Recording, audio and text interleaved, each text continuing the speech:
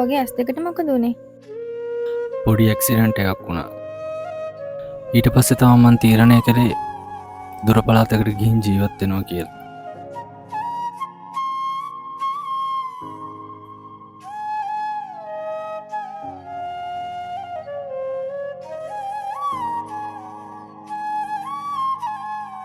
මధు ඔයා කොහෙද එකපාරට අතුරුදහන් වුනේ? මම ආව ගොඩක් හෙව්වා. ඔගේ ඇස් දෙකට මොකද උනේ?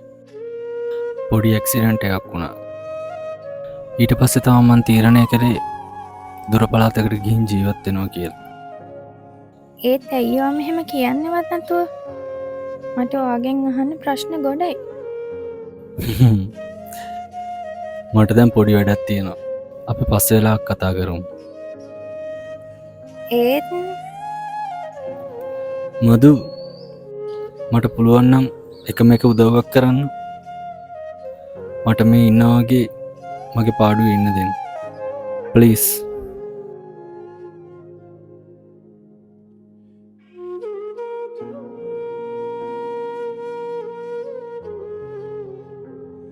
නංගි ඒ කෙනා වඳුරනවද? ඔව්. ඒ වගේ මිනිස්සෙන් මං කලින් දැකලා නැහැ.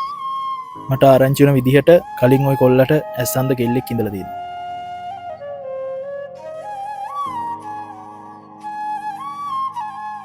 අයියේ අඳුරගත්තනේ.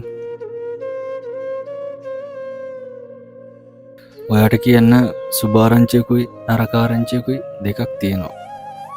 මොකක්ද මුලින්ම අහන්න කැමති? අසුභාරංචිය කියන්නේ අසුභාරංචිය තමයි මට හදිසියම රට යන්න වෙනවා. සුභාරංචිය තමයි ඔයාට කෙනෙක් ඇස් දන් දෙන්න කැමති වුණා. සතුටු වෙන්නද දුක් වෙන්නද කියලා හිතා ගන්න බෑ. හරි ඉතින් මම ටික කාලෙකටනේ රට යන්නේ. පස්සේ කොල්ලගේ ඇස් දෙක ඒ කෙල්ලට දීලා දැන් මෙහෙට වෙලා තනියෙන් ජීවත් වෙනවා.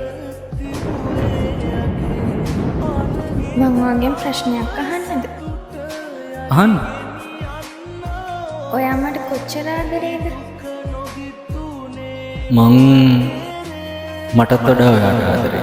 ලබන්නට වාසනාවක් අරන් ඔබ ආයනාවක් දේවි ප්‍රාර්ථනාවක් ඔබේ ගැන ආත්ම ගාන